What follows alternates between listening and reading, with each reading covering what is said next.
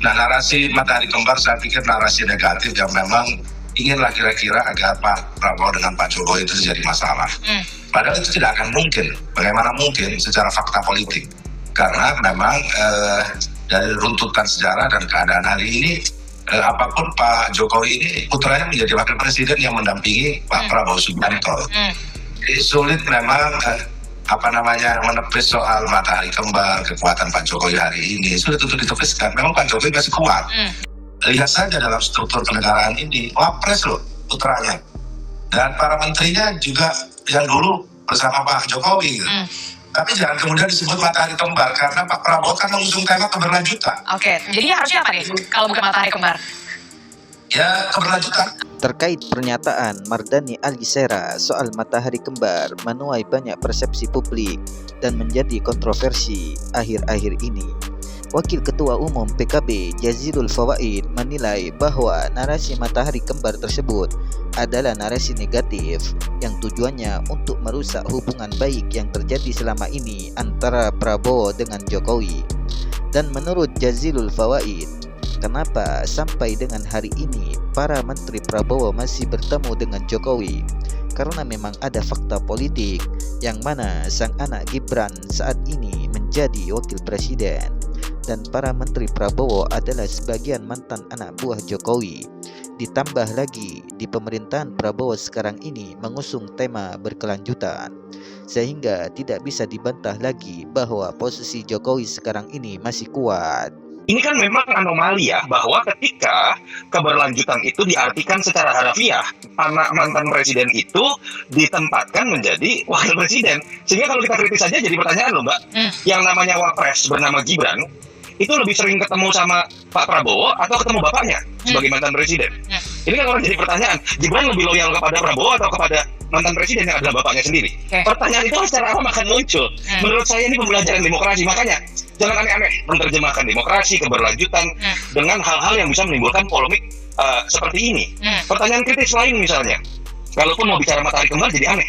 Kalau mau ada tuduhan matahari kembar, kenapa tidak dialamatkan kepada Gibran? Jelas-jelas Gibran yang secara konstitusi ada di sampingnya presiden, punya otoritas. Biasanya isu matahari kembar itu kan dialamatkan kepada wapres yang dianggap punya pengaruh lebih dari posisi sebagaimana mestinya hanya menjadi pembantunya presiden tanda kutip. Nah, artinya buat orang-orang yang kemudian merasa Pak Jokowi masih kuat, mohon maaf ya, menurut saya itu malah seakan-akan menempatkan Gibran dalam posisi yang terdegradasi. Ini nggak sehat buat Mas Gibran. Pernyataan Wakil Ketua Umum PKB terkait tema berkelanjutan tersebut dinilai anomali oleh Direktur Eksekutif Carta Politika Indonesia, Yunarto Wijaya, yang mana menurutnya kalau tema berkelanjutan hanya diartikan secara harfiah saja, yang artinya hanya menempatkan Gibran sebagai wakil presiden saja. Hal ini yang akan memunculkan pertanyaan yang kritis, yaitu seorang Gibran lebih loyal kepada siapa, Prabowo atau kepada mantan Presiden Jokowi yang merupakan bapaknya sendiri. Dan tema berkelanjutan kalau diartikan hanya sebatas seorang Jokowi sampai hari ini masih kuat pengaruhnya, seharusnya isu matahari kembar itu ditujukan kepada Gibran yang memiliki kekuatan konstitusional sebagai wakil presiden. Kenapa isu tersebut ditujukan kepada seorang Jokowi yang hanya merupakan mantan presiden? Dan hal ini secara tidak langsung mendegradasi kewibawaan seorang wakil presiden, yaitu Gibran.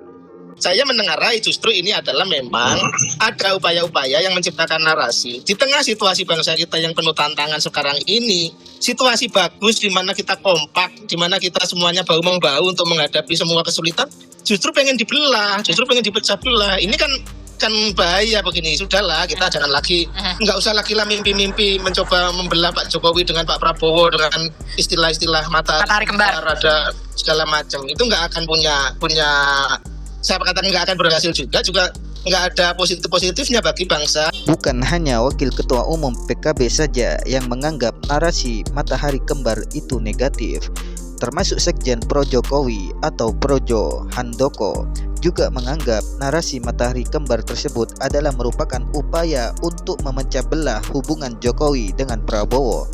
Di saat semua komponen bangsa sekarang ini sedang membangun kekompakan, Dan menurut Handoko, upaya tersebut tidak akan pernah berhasil dilakukan. Hal yang lebih besar dulu ya, menjawab Mas Handoko tadi. Kalau ditanya bahwa orang-orang yang mengingatkan mengenai matahari kembar, bahwa hanya ada boleh satu pemimpin, itu dianggap sudah memecah belah, enggak juga.